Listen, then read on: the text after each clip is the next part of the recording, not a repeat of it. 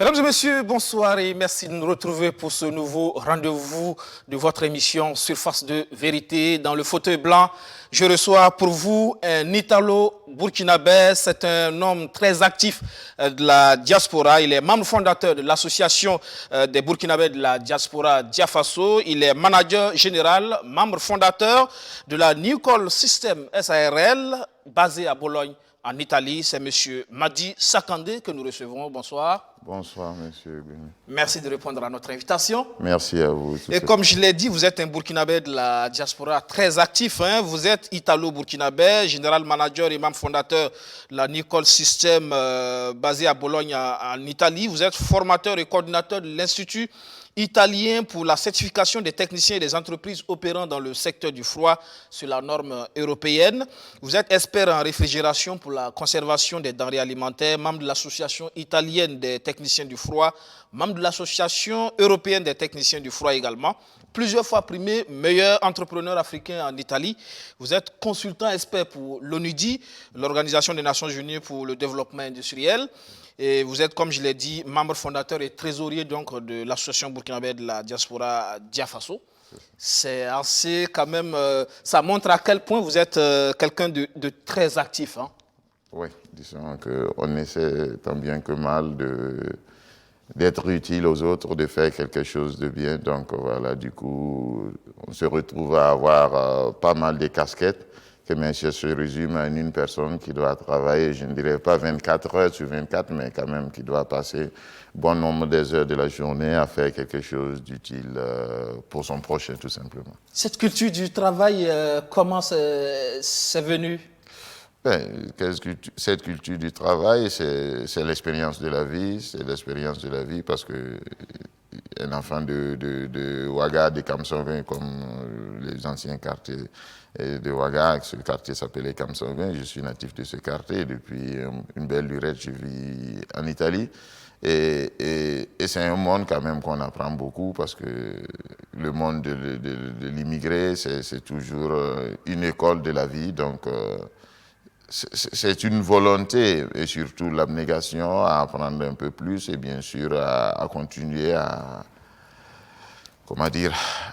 donner le meilleur de soi-même dans des situations de difficulté, parce que j'aime bien dire que les difficultés, c'est une opportunité pour apprendre, parce que quand on avertit une difficulté, ça veut dire qu'on a fini le savoir en ce moment. Donc, cette volonté et cette abnégation dans le travail, c'est acquis dans le temps, parce que bien sûr, chaque fois qu'on allait de l'avant, on avait toujours de nouveaux défis dans le monde de l'immigré, je vais dire, et alors on en a continué, on continue, et on est encore là-dessus. Là-dessus. Ouais. Pourquoi êtes-vous parti du Burkina? Je pense que comme tous ceux qui quittent pour une raison ou pour une autre, c'est quand même pour améliorer ses conditions de vie, pour chercher des opportunités meilleures. Parce que quand je partais du Burkina, en famille, on avait une entreprise familiale, je travaillais dans cette entreprise familiale, mais d'un coup, j'ai voulu, je ne sais pas, par l'inexpérience, parce que j'étais quand même encore jeune, pas que je suis trop vieux, mais quand même j'avais un âge un peu plus, disons, insoucieux, donc j'avais encore envie d'aller voir ailleurs. Donc voilà, c'est une des raisons principales d'ailleurs que je me suis retrouvé en Italie. Depuis combien de temps maintenant? Ça fait maintenant presque 22 ans que je suis en Italie. Presque 22 ans, oui. J'imagine que vous êtes bien intégré, parce que vous êtes d'ailleurs italo-burkinabé. Mais les Burkinabés d'Italie aujourd'hui, c'est quand même l'un des pays européens où il y a plus de Burkinabés. Comment vivent-ils? Sont-ils bien intégrés? Je dirais que les Burkinabés d'Italie, déjà hors de l'Afrique, c'est-à-dire hors de l'Afrique, hors de la Côte d'Ivoire et du Soudan, où on a quand même une diaspora très, très importante, l'Italie a la diaspora la plus nombreuse au-delà de l'Afrique. La diaspora burkinabé, je vais dire, on est autour de 70 000 personnes. 70 000 Burkinabés résidents en Italie, desquels 37 000 ont déjà la nationalité italienne. Donc, on vit bien parce que le Burkinabé, il est reconnu, c'est un peuple de travailleurs. Ça n'a pas commencé, ça ne date pas d'aujourd'hui. Depuis la nuit des temps, le Burkinabé a été considéré toujours comme un travailleur silencieux d'ailleurs, et ce qui fait que l'intégration, tant bien que mal, le mot intégration entre guillemets, bien sûr, s'est fait assez bien parce qu'on n'a pas de problème majeur avec la société italienne. Donc du coup, chacun en fonction de ses positions, essayer de s'adapter et puis lui donner le meilleur de soi, mais et surtout de chercher pour la mère patrie. Est-ce que l'Italie reste aujourd'hui une destination? Ben, l'Italie reste aujourd'hui une destination de la mesure où vous avez encore, vous voyez souvent des images malheureuses qu'on voit souvent à la télé de la traversée sur la Méditerranée ou à travers la Libye. Donc, en tout cas, l'Italie, c'est une porte d'entrée de l'Europe. C'est une des portes d'entrée de l'Europe. Vous avez l'Espagne, vous avez l'Italie, vous avez la Grèce, et vous avez le Portugal. Ce sont les pays qui font face à la Méditerranée, même la France, mais surtout c'est l'Italie. Donc, c'est le coin le plus à côté qu'on peut, disons, rentrer en Europe. Donc, à partir de là-bas, beaucoup de personnes arrivent en Italie. Certains n'ont pas, bien sûr, l'objectif de s'arrêter en Italie, mais de continuer pour aller quelque part dans un pays francophone, vers la France ou aller vers l'Angleterre. Mais beaucoup s'arrêtent en Italie parce que, bien sûr, on se rend compte de la réalité en Europe. Il faut avoir les documents, il faut avoir ceci, il faut avoir cela. Sans ça, il n'y a pas de liberté de mouvement. Parce que pour vous qui êtes allé il y a 20 ans, c'est déjà bien, mais aujourd'hui, est-ce que c'est facile de réussir en Italie? Ben, ce n'est pas seulement en Italie. C'est un moment un peu difficile, c'est un moment économique assez compliqué partout dans le monde occidental, pas seulement en Italie. Et avec la crise, disons, on l'appelle la crise économique, mais moi je pense que c'est plutôt un changement d'époque. Et avec ces mouvements difficile au niveau des entreprises, il n'y a plus de l'emploi, même pour les Européens, pour dire, donc c'est un peu difficile. Donc actuellement, ce n'est pas le meilleur moment en tout cas pour demander ou dire que c'est bien d'aller à l'extérieur. Je dirais que les opportunités sont plus ici qu'ailleurs. Il suffit d'avoir le même courage, la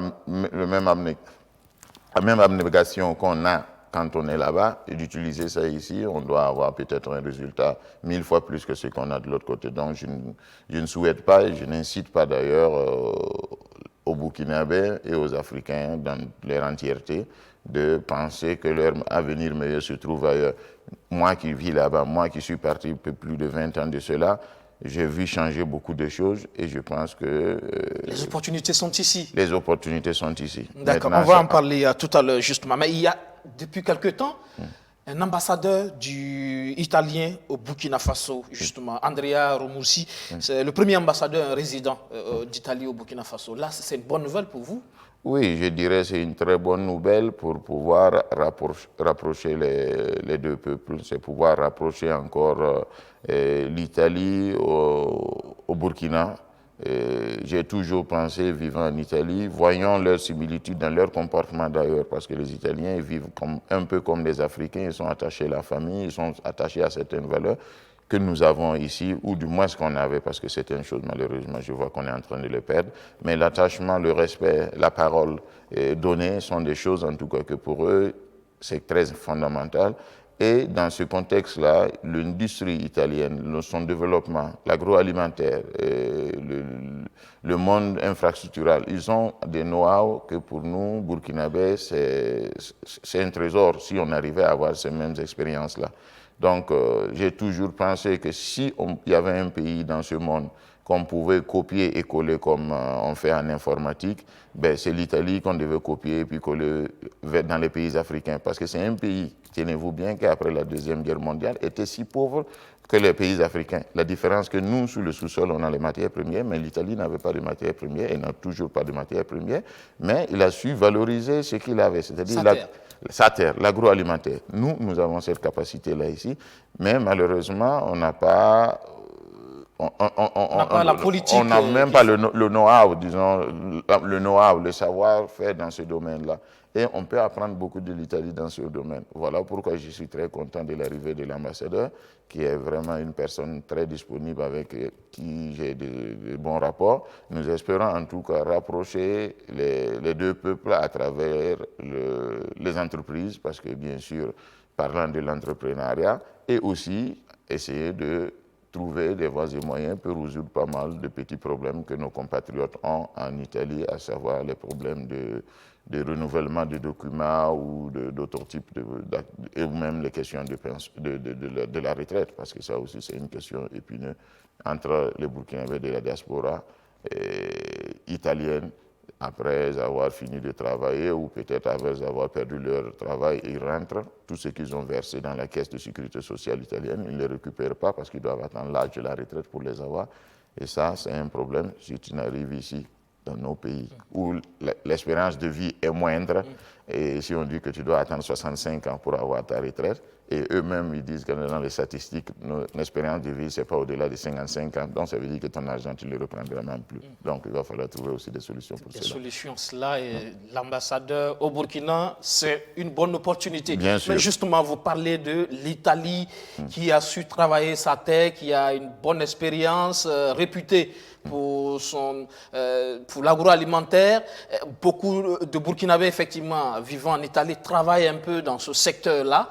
C'est effectivement une bonne opportunité pour le Burkina. Vous avez de l'expertise à apporter au pays. Bien sûr. Bien sûr. Disons que justement, c'est ce que je vais dire. Beaucoup travaillent dans ce domaine. Il n'y a pas de tabou à parler que les premiers qui sont allés là-bas, c'est le travail des champêtres, ramasser la tomate, les industries de transformation et tout ça. Et bien sûr, ce sont des activités. Moi, mon activité, le secteur du froid, a quelque chose à y voir d'ailleurs. L'Italie, c'est un des premiers pays en Europe, justement, dans ce secteur-là, parce que c'est un secteur qui accompagne l'agroalimentaire. Parce que pensez-vous que vous ne pouvez pas produire sans avoir une possibilité de conserver avant de commencer la transformation ou même la consommation, parce que sinon vous allez produire et consommer les mêmes jours ou transformer les mêmes jours, ce qui est presque impossible. Donc ce qui veut dire que la chaîne du froid doit accompagner. C'est indispensable. C'est indispensable. Voilà. Alors, justement, vous êtes spécialisé dans le froid. D'abord, la formation, où vous l'avez-vous appris Le secteur du froid, je l'ai appris en Italie. Voilà, j'ai fait CBBG ici, donc j'ai chimie, biochimie, biologie, géologie. C'est ce que j'ai étudié ici au Burkina. Mais quand je suis arrivé en Italie, j'ai fait pas mal d'autres activités. Mais en 2001, j'ai commencé à travailler dans l'industrie du froid. J'ai commencé dans une entreprise pratiquement commençant comme magasinier qui travaillait dans ce secteur-là. Et comme j'ai trouvé déjà des similitudes dans mes bases, alors j'ai essayé d'approfondir la chose en m'inscrivant dans des écoles de formation pour pouvoir justement comprendre un peu mieux. Et de fil en aiguille, dans cette même entreprise, j'ai gravi les échelons, devenant technicien commercial, responsable commercial, ainsi de suite, jusqu'à après, en 2010, j'ai entrepris justement, j'ai commencé à faire l'entrepreneuriat. Donc, monter votre propre affaire, justement. Voilà, monter mon New Call System SARL. Exact. Basé à Bologne, mais aussi au niveau du Burkina Faso. Voilà, vous êtes consultant pour l'ONUDI, justement. Quel type de consultation? Disons que pour l'ONUDI, vous savez, on est actuellement dans une phase de changement climatique quand même. On en parle tous les jours, on est en train de vivre ça à travers l'irrégularité des pluies, le réchauffement, la température de la Terre qui augmente. Donc il y a des projets qu'on appelle HPMP. HPMP, ça veut dire SCFC, Phase Out Management Program. C'est-à-dire c'est un programme mondial qui implique 149 pays dans le monde, c'est-à-dire les pays de l'article 5 du protocole de Montréal, que ces pays-là doivent arrêter d'utiliser un certain réfrigérant qui sont nocifs à l'environnement.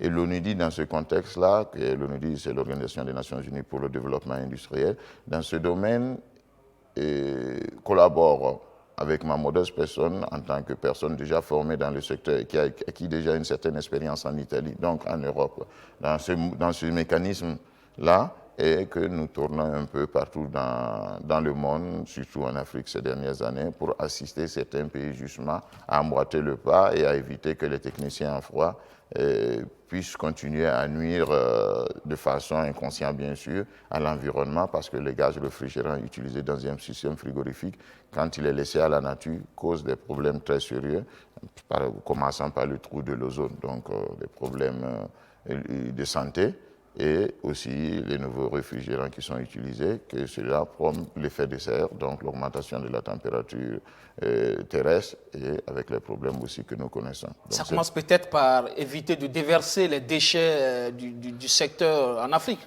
Oui, c'est pour éviter de déverser les déchets du secteur en Afrique, mais comme je l'ai dit, 149 pays, l'Afrique en compte 54, donc c'est une bonne partie quand même des pays qu'on appelle des pays de l'article 5 du protocole de Montréal.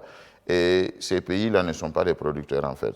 La majeure partie de ces pays sont tous des consommateurs. Donc, vous le dites bien, pour qu'on ne déverse pas, disons, les déchets du monde ici, mais c'est surtout aussi pour que le technicien frigoriste, ce qu'on appelle communément le frigoriste ici, ou le technicien en froid, si vous voulez, sont des personnes qui doivent être formées, qui doivent pouvoir faire bien leur activité. Ça peut déjà limiter les dégâts. Bien sûr, ça limite beaucoup les dégâts. Ça limite beaucoup les dégâts. Alors, le froid, pour l'Afrique, un luxe ou une nécessité? Le froid, pour l'Afrique, c'est comme l'oxygène pour l'être humain. C'est une nécessité. Si on veut vivre, si l'Afrique veut se développer, le froid doit être quelque chose qu'on enseigne et on explique partout.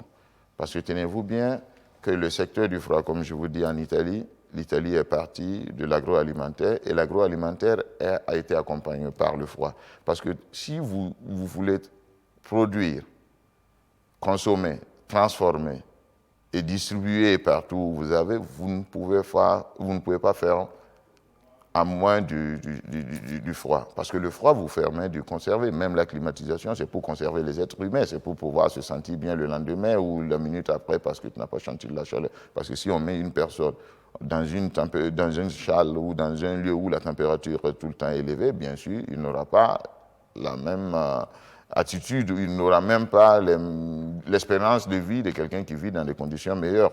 Donc, le froid est très important pour l'Afrique parce que ça permettra de conserver. Pensez-vous bien que 70% de ce qui est produit en Afrique subsaharienne, donc le Burkina inclus, est perdu à la nature tout simplement parce qu'il manque la chaîne du froid. Donc le froid, ce n'est pas un luxe. On arrive à faire des amalgames pensant que le froid, c'est les climatiseurs de maison et le frigo. Oui, dans nos latitudes, c'est un luxe, les climatiseurs et le frigo, parce que l'électricité, ce n'est pas de tout le monde. Donc déjà, avoir l'électricité à la maison et avoir ces deux disons, appareils électrodomestiques, c'est important. Donc ça veut dire que tu as un standing quand même social. Mais ça, c'est seulement un segment du froid. Ça, c'est le froid domestique, ça s'appelle. Il y a le froid commercial et il y a le froid industriel. Le froid commercial consiste à avoir des petites chambres froides ou conserver ce que les producteurs ou les vendeurs et vendeuses de fruits et légumes, de poissons, de la viande, justement. Tout justement, il faut les citer pour qu'on comprenne quand on parle de conservation, souvent on n'a même pas l'idée de ce qu'on est en train de dire. C'est-à-dire qu'il faut penser ce qu'on jette, le lait, la viande, trop le poisson. Trop d'intoxication en Afrique liée à ça. Bien sûr, des questions même de santé d'ailleurs, de santé publique. Souvent, on ne jette pas beaucoup la viande, tu vois, ça arrive le soir au marché, on prend ça, on essaie de griller, mais ça déjà ça pue. Quand vous mangez, on met plusieurs types d'épices pour que ça sent bon que vous mangez, mais à la fin de compte, c'est une viande pratiquement qui n'est plus de bonne qualité et qui peut provoquer des problèmes de santé. Donc, à travers le froid, vous pouvez non seulement sauver une certaine quantité de la production, ce qui veut dire que certains produits qui coûtent cher deviennent même accessibles, parce que si la bonne dame ou le bon boucher va payer 100 kilos, il jette 70 kilos et il vend 30, ce qui est sûr que les 30 vont coûter très cher.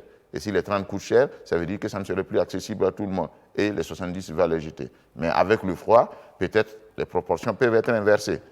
Je ne veux pas dire 100% parce que c'est presque impossible, mais s'il jette 20% et les 80%, c'est sûr qu'il a une plus de possibilités de pouvoir vendre à un prix bon marché qui est accessible à tout le monde et surtout un produit de bonne qualité. Donc ce sont des choses qu'il va falloir revoir, ce n'est pas seulement le Burkina malheureusement, c'est un peu partout en Afrique, vu que je suis en Afrique pour le compte de l'ONUDI, j'ai pu comprendre qu'il y a une incompréhension du secteur du froid. On pense le froid pensant au frigo de maison, on pense à un climatiseur de maison. C'est tout autre que cela. Au Burkina, le froid et les panneaux photovoltaïques sont détaxés. Je pense que ça doit être du même pour ce qui concerne le matériel du froid en général. Détaxé parce que c'est important justement. Bien sûr, bien sûr. Pour un temps donné, ce n'est reste que pour permettre le secteur agroalimentaire de décoller et puis peut-être après on les taxera 1000 fois. Mais ça aura permis quand même de comprendre l'importance de la chose et que les gens ne vont pas avoir de problème à s'en acquérir de matériel de froid. Vous m'avez demandé, j'ai ouvert une entreprise au Burkina, j'ai porté des chambres froides. que j'ai conçu moi-même techniquement pour que ça puisse fonctionner avec le photovoltaïque, c'est à Ouaga. Les gens viennent voir comme c'est un musée. Ce n'est pas parce qu'ils ne veulent pas. Vous faites la conception de chambre forêt. Oui, j'ai fait la conception et j'ai réalisé. C'est ici à Ouaga, c'est sur l'avenue Oumarou Kanazoué, la Nucol System. Vous pouvez passer voir à tout moment au numéro 252 de l'avenue Oumarou Kanazoué. Il y a la Nucol System, il y a les chambres froides qui sont exposées, chose rare en Afrique occidentale. Je vais même oser vous dire une chose, que la conception de ces chambres froides-là est unique pour l'Afrique. Parce que tout ce qu'on a ici comme matériel de froid n'est pas passé techniquement pour être utilisé dans nos latitudes. Donc, c'est adapté. Adapté. Voilà. Alors, vous êtes justement à Ouagadougou pour former des jeunes, oui, dans ce sens. Oui, je viens très souvent à Ouaga. Ça fait déjà 5 sessions de formation que j'ai fait depuis mai, parce que notre entreprise est ouverte depuis mai, du 7 mai 2018. Et à chaque fois que j'arrive à avoir une dizaine de jours que je viens à Ouaga, j'essaie de faire une journée de formation, qui est une formation, une sensibilisation surtout au niveau des techniciens. Et en 5 sessions, j'ai formé au-delà de 300 personnes volontairement, bien sûr, gratuitement, parce que je comprends que c'est un secteur où il faut faire beaucoup de sacrifices. Donc j'essaie à ma façon aussi de contribuer justement au développement de ce secteur-là. D'ailleurs, je vous annonce que le 26 juin prochain, que c'est la première fois dans le monde, on a décidé de célébrer la journée mondiale du froid. Donc, ça montre tout l'intérêt désormais. Voilà, donc la journée mondiale du froid, j'ai décidé de venir célébrer cette journée-là ici au Burkina Faso, parce qu'on a besoin de faire comprendre en Afrique que le froid est important, pas dans le monde occidental, quand bien même c'est là-bas qu'ils ont eu cette initiative-là pour parler de froid. Déjà qu'ils sont dans le froid d'ailleurs. Pour le Burkina justement, quelle importance, quelle opportunité? Pour le Burkina, je pense que j'ai vu différents programmes de développement, j'ai vu différentes volontés de produire plus. Mais on ne se rend pas déjà compte qu'on est en train de jeter beaucoup du peu qu'on produit déjà. Donc je pense que le froid... On voit tous ces producteurs d'oignons, de tomates, qui se plaignent tout le temps, ça pourrit. La mangue qu'on en jette, papaye, tout ce qu'il y a, les pommes de terre, vers Wayuguya, partout. Partout, mais je vous dis, ce n'est pas pour qu'on soit consolé, mais c'est un peu partout en Afrique le problème en fait. Parce que le manque, à part certains pays, j'ai travaillé pour la Tunisie et je continue d'ailleurs à y aller pour un projet des Nations Unies. Ça fait 5 ans bientôt, depuis 2014 que je vais en Tunisie pour ces activités-là. C'est vrai que les pays du Maghreb ont su profiter justement, notamment de l'expertise italienne. Bien sûr, parce que justement, ils ont compris, comme ils ont une similitude de climat, ils ont plus ou moins la même production, ils ont pu comprendre que pour pouvoir faire avancer le secret agroalimentaire, alors ils ont, entre guillemets, copier ou en tout cas adapter leur réalité à ce qui est du pays voisin. Donc ce qui fait que c'est très important, parce que le développement, comme je vous dis toujours, le développement toujours commence par le ventre. Donc quand vous arrivez à donner à manger à la population, vous avez résolu 90% des problèmes. Et vous pensez que 80% de la population africaine vivent dans les milieux ruraux. 80%, ils vivent de quoi? Ils vivent de l'agriculture, ils vivent de l'élevage, ils vivent de la pêche, là où il y a l'eau.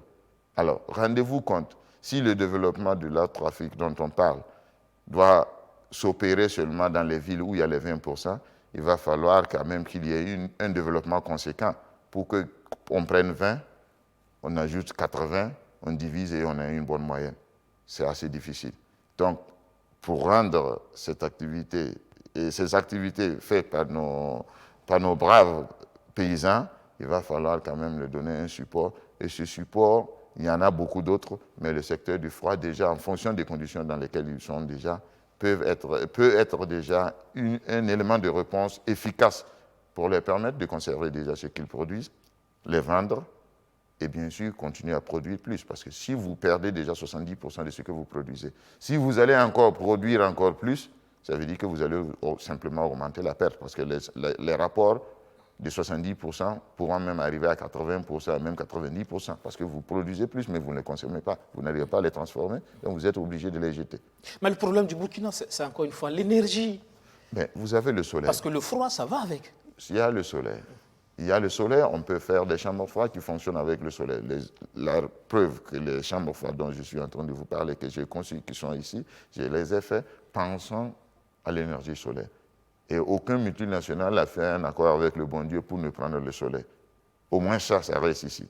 Donc, on peut faire des chambres froides avec le solaire. Ici, à Ouaga, il y a des chambres froides qui peuvent fonctionner avec l'énergie photovoltaïque. Donc, l'État peut avoir une politique pour mettre à la disposition des paysans, notamment les zones de production, ces chambres froides qui fonctionnent avec le solaire pour permettre aux paysans de conserver bien sûr. Je pense que d'abord, la première question ici, c'est la sensibilisation. Le fait de comprendre d'abord ce que c'est que le froid, sa nécessité pour le monde agricole, le monde de l'agroalimentaire.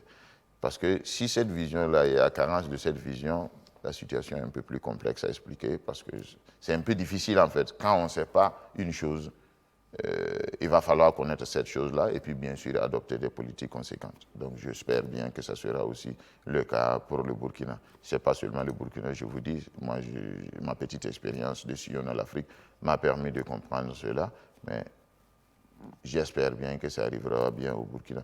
Je vous dis tout simplement, quand je sillonne Ouaga ou le peu de fois que je viens, je regarde les climatiseurs, les appareils sont très mal installés. Et je vous dis que 80% des climatiseurs que je vois autour de moi à Ouaga n'ont pas été installés suivant les règles de l'art. Du coup, c'est de l'énergie qu'on peut consommer. Voilà, ça consomme moyennement 40% d'énergie en plus. Ça veut dire que 40% d'énergie en plus, les délestages qu'on a, ça ne va pas arrêter les délestages. Mais quand même, ça peut diminuer parce qu'on est en train non seulement de gaspiller le peu qu'on a d'énergie, et bien sûr, l'utilisateur de ce climatiseur-là, il paye beaucoup plus l'énergie électrique qui ne lui sert pas.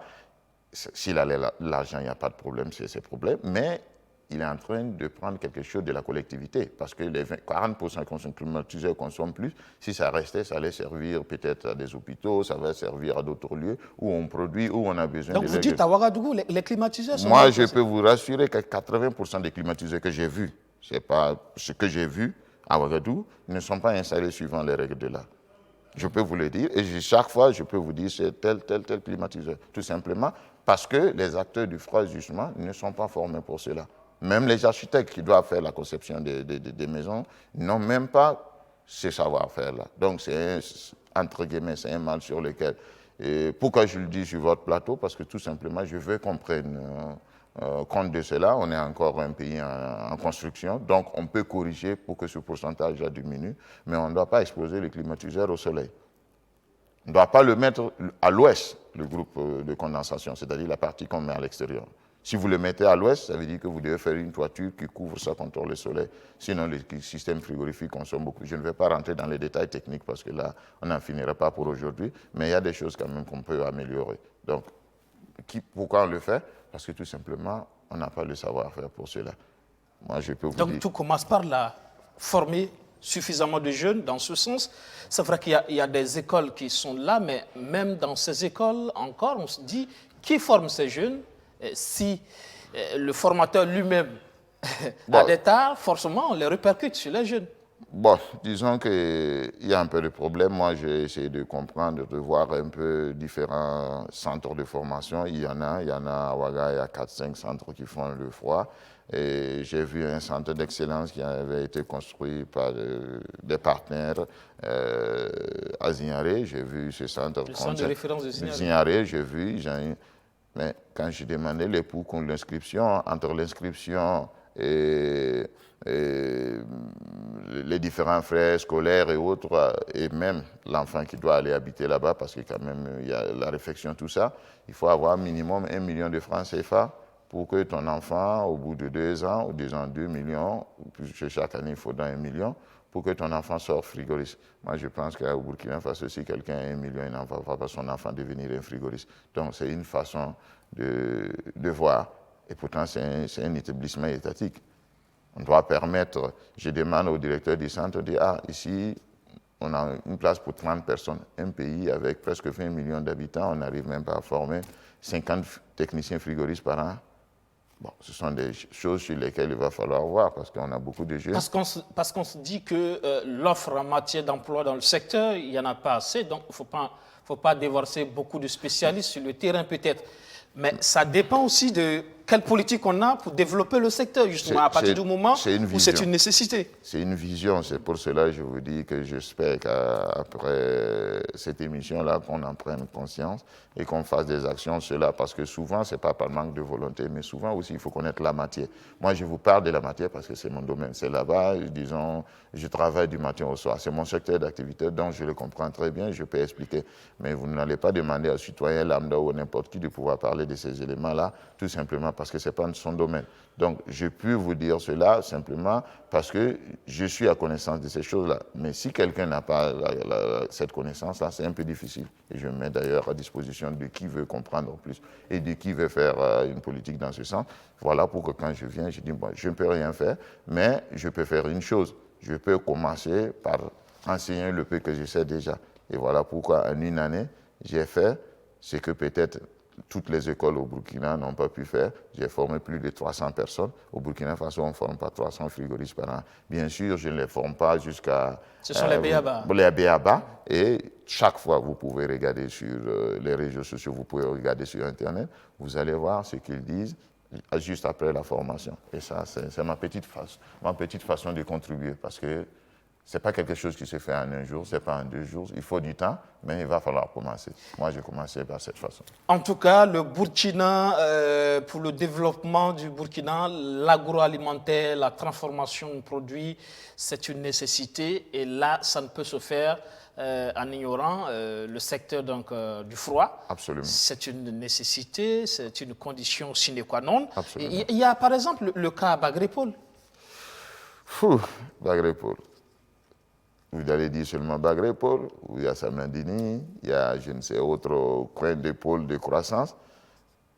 Demandez s'ils ont des projets pour des chambres froides. Vous avez une expérience avec Bagrépol? Oui, j'ai eu une expérience avec Bagrépol qui malheureusement est entre guillemets en stand-by, parce qu'à Bagrépol, j'ai pu comprendre que dans le projet, initialement, il n'y a pas un projet de chambre froide. Je me suis dit, mais comment vous allez produire? J'ai pu rencontrer des agriculteurs de Bagré, c'était il y a 2 ans de cela. J'ai rencontré des agriculteurs de Bané, Bagré, Zabré et Bitou. Voilà, c'était des groupements de 4 villages qui sont venus, je les ai rencontrés. On a parlé un peu de leur activité. Je lui ai dit, mais ce que vous faites, vous avez besoin de stocker un peu ce que vous faites. Il y a un vieux qui m'a dit, voilà, mon fils, comment tu as su au loin là-bas quand nous on a ce problème ici? Moi, j'ai perdu tout ce que j'avais comme argent à travers ça, parce qu'il y a des années tu produis, et les clients arrivent des pays frontaliers, ils paient. Il y a des années aussi où tu produis, ils arrivent, ils disent qu'ils n'ont plus l'argent, ils ont investi ailleurs, et toi, tu as fondu pratiquement de l'engrais. Donc, l'expérience est un peu plus longue, je vais vous épargner la partie, disons, un peu, qui me laisse un peu... et disons avec une saveur un peu amère, mais je pense qu'on a tout le temps pour améliorer, parce qu'il va falloir savoir de quoi on parle pour pouvoir améliorer. J'espère, j'ai toujours confiance, j'ai l'espoir, voilà, que les choses vont s'améliorer avec le temps. L'espoir, en tout cas, que les choses vont s'améliorer pour ce secteur. Alors, on va à présent parler de Diafaso, oui, l'association des Burkinabés de la diaspora, presque un an après le Forum national de la diaspora, justement, puisque c'est à l'issue de ce forum que cette association a été mise en place. Oui. Ce forum organisé par l'État qui a pris conscience de l'importance de la diaspora, de l'apport de la diaspora dans la mise en œuvre, justement, du PNDS, le Plan national de développement économique et social. Oui. Qu'est-ce qui a changé depuis lors? Ben, moi, je dirais d'abord, comme je continue toujours à penser ainsi, parce que quand on ne sait pas dire merci, on n'est pas reconnaissant en une chose, on ne pourra pas faire de grandes choses. Et je commence à dire merci quand même aux gouvernants qui ont pensé à impliquer la diaspora. Parce que ce n'est pas maintenant que les Burkinabés ont commencé à sortir, mais c'est la première fois qu'il y a eu un forum de la diaspora à Ouaga ici, invitant un certain nombre de personnes de la diaspora. Et je faisais partie de ce groupe-là. On était autour de 300 qui sont venus un peu partout du monde, au Burkina. Et le thème, c'était comment faire contribuer la diaspora pour le développement de la patrie. Donc, nous avons continué après le forum, c'était en juillet. On a continué nos échanges parce que c'était une occasion pour qu'on se connaisse d'ailleurs, beaucoup de la diaspora. Je peux vous dire que Tous ceux qui sont dans Dia Faso, en tout cas 80% d'entre nous, on ne se connaissait pas. On ne savait pas l'existence de l'un de l'autre parce que chacun se retrouvait. Ça a été l'occasion de se rapprocher. Voilà, parce que c'est aussi des expertises, des expériences différentes. Exactement, exactement. Et ça nous a permis justement de continuer dans cette foulée, de continuer des échanges. Et ça s'est fait sur des plateformes les social networks.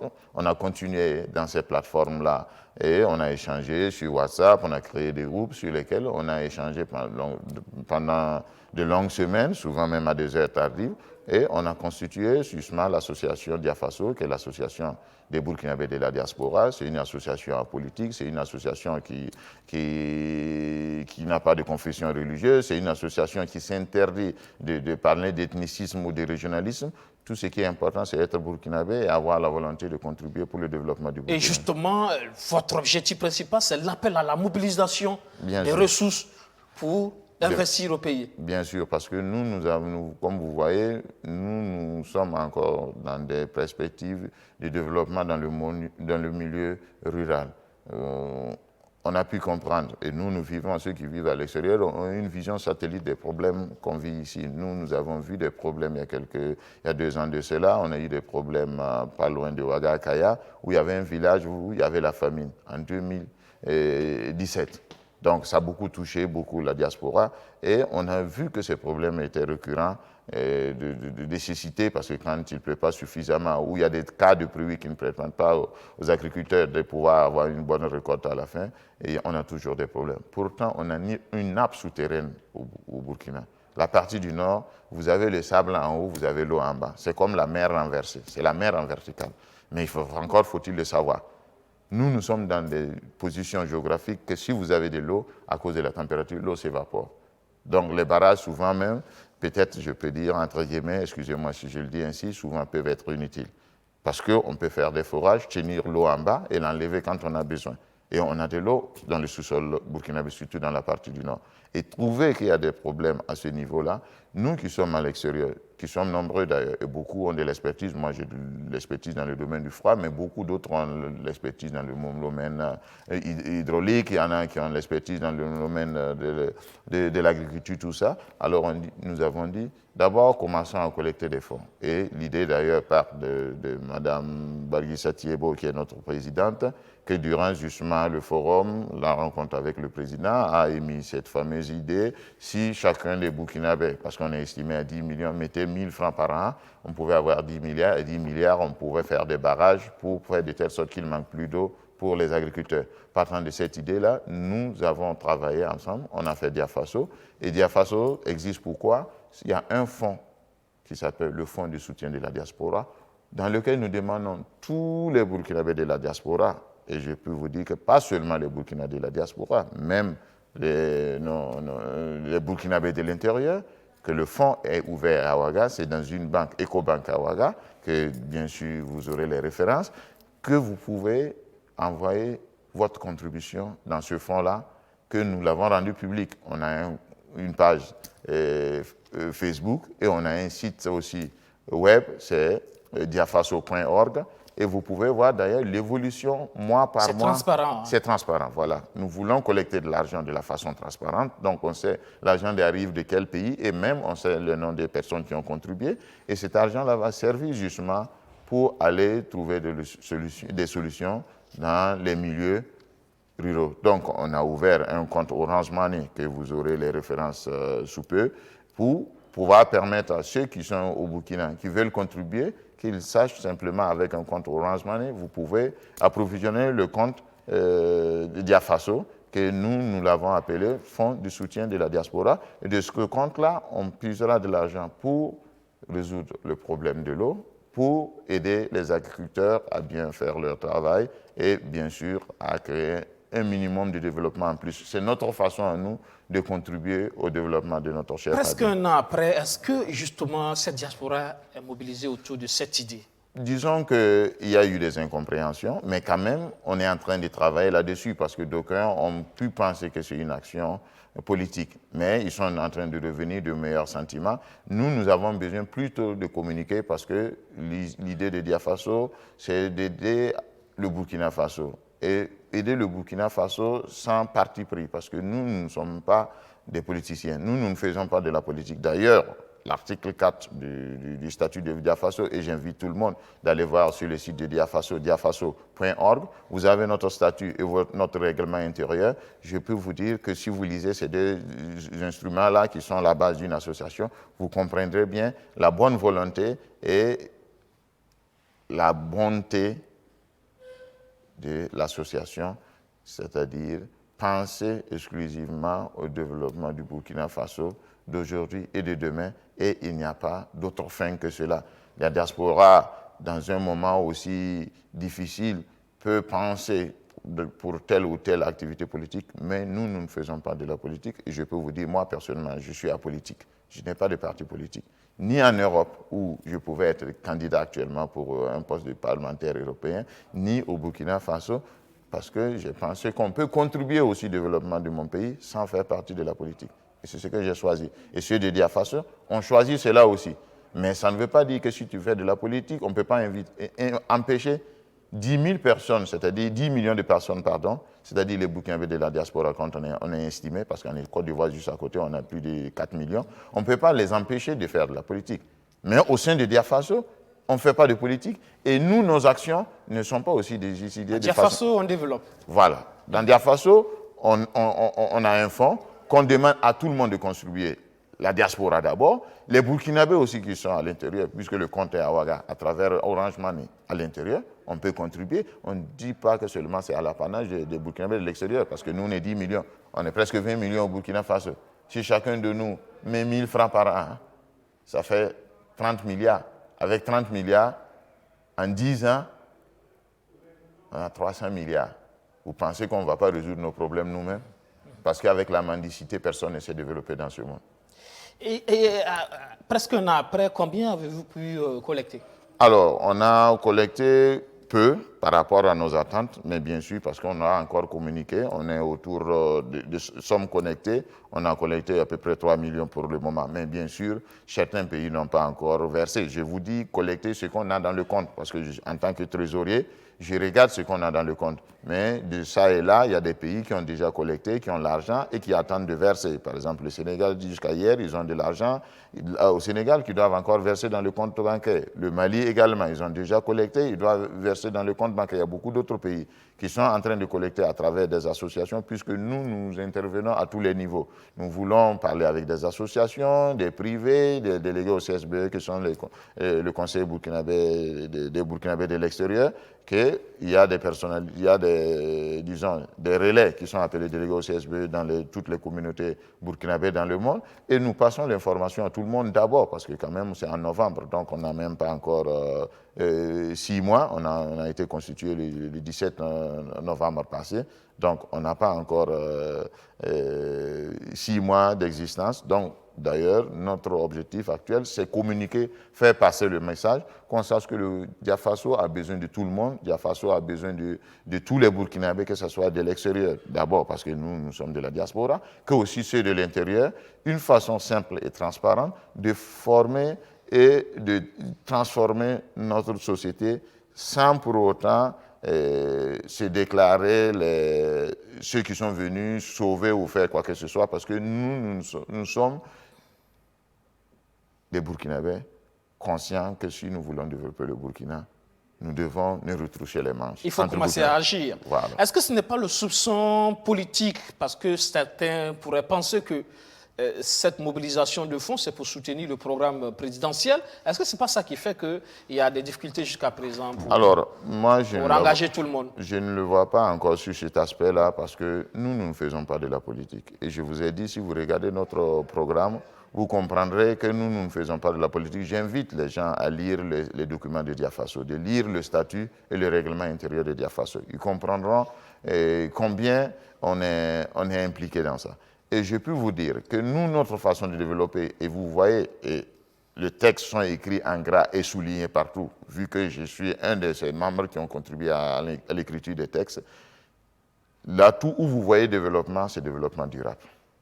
Développement durable, ça veut dire, nous, qu'est-ce que nous sommes en train de faire? Nous sommes en train de faire un champ de baobab. Ça veut dire beaucoup en Afrique, quand on fait un champ de baobab. Parce que celui qui prend le baobab, il n'est pas sûr de recueillir les fruits. Nous, ce que nous voulons faire, ça va au-delà de nos personnes. Donc vous pensez que l'action politique qui est souvent liée à des échéances électorales, on peut se mettre à faire cela? Parce que nous ne pensons pas que nos actions soient des actions à attribuer à la politique. Si la politique va dans la même direction, ce n'est pas une mauvaise chose en soi, parce que toujours c'est le Burkina qui gagne. Nous n'avons rien contre la politique, mais nous ne faisons pas de la politique, et nos actions aussi ne sont pas guidées par la politique.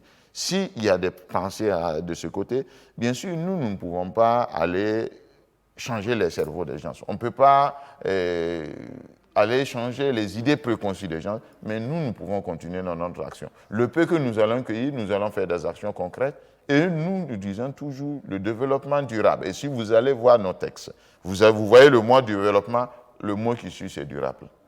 Parce que nous voulons faire des choses qui restent, qui vont au-delà de notre temps. Est-ce que vous comprenez?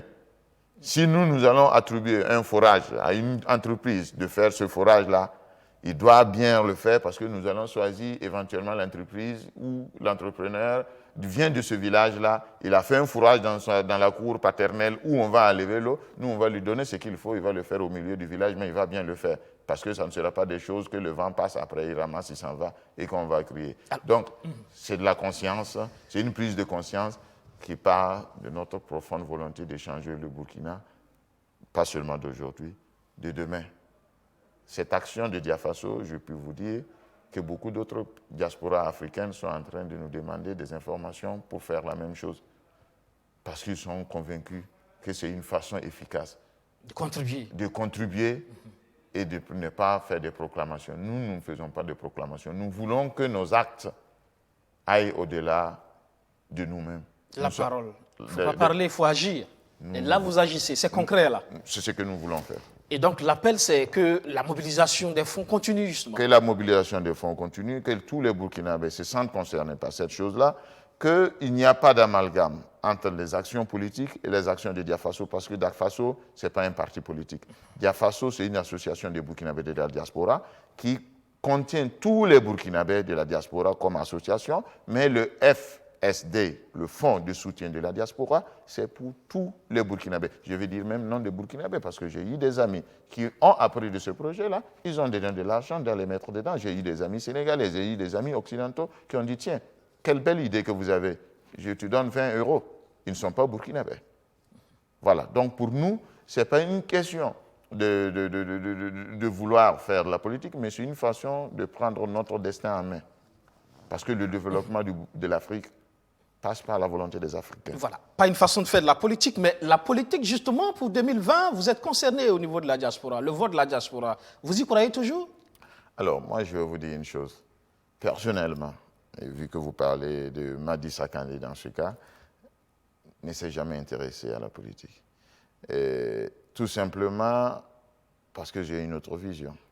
Tout simplement parce que je pense qu'on peut contribuer, c'est ma vision, au développement d'un pays sans pour autant faire forcément de la politique. Vous allez voter en 2020? Si l'occasion m'est donnée, c'est mon devoir civique, donc je le ferai. Mais je n'en fais pas ma raison d'être.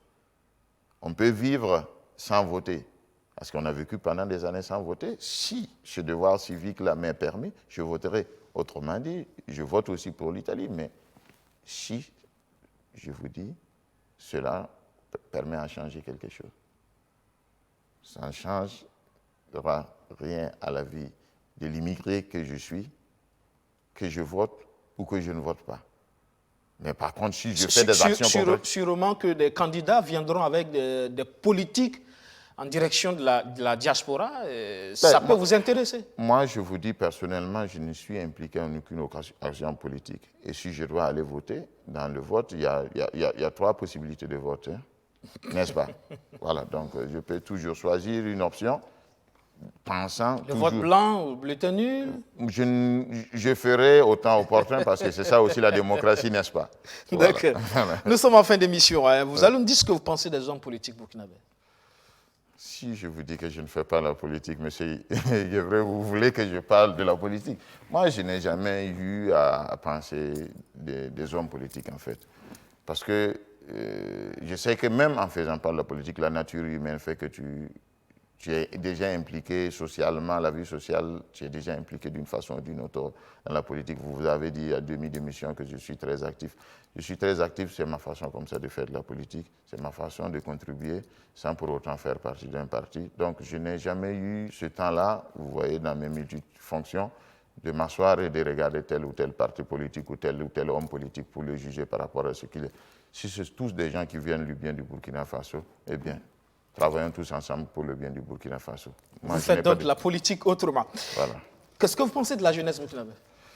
Je pense que c'est une jeunesse, comme toutes les jeunesses africaines, qui a besoin de repères. Je pense que c'est une jeunesse qui a besoin de prendre son destin en main, de ne pas croiser les bras, de ne pas, parce que c'est une masse, je veux dire, à activer pour le développement de l'Afrique. Parce que mon cœur saigne quand je vois encore des Africains courir à aller vers l'extérieur. Je vis à l'extérieur, malheureusement moi aussi, qui courent vers l'extérieur dans des moments où on a plus d'opportunités chez nous, parce qu'on a tout à faire. Dans tous les horizons où nous allons, tout a déjà été fait. Donc nous sommes de plus là-bas maintenant. Donc nous pouvons construire chez nous. Nous avons juste besoin de croire en nous-mêmes. Et je fais un appel aux jeunes, croyez en vous-même, entreprenez. Parce que dans aucun pays au monde, c'est l'État qui a créé l'économie. L'Italie, c'est un pays qui est tenu par les petites et moyennes entreprises. Les petites et moyennes entreprises, ce sont des entreprises individuelles de famille qui ont le tissu économique d'un pays.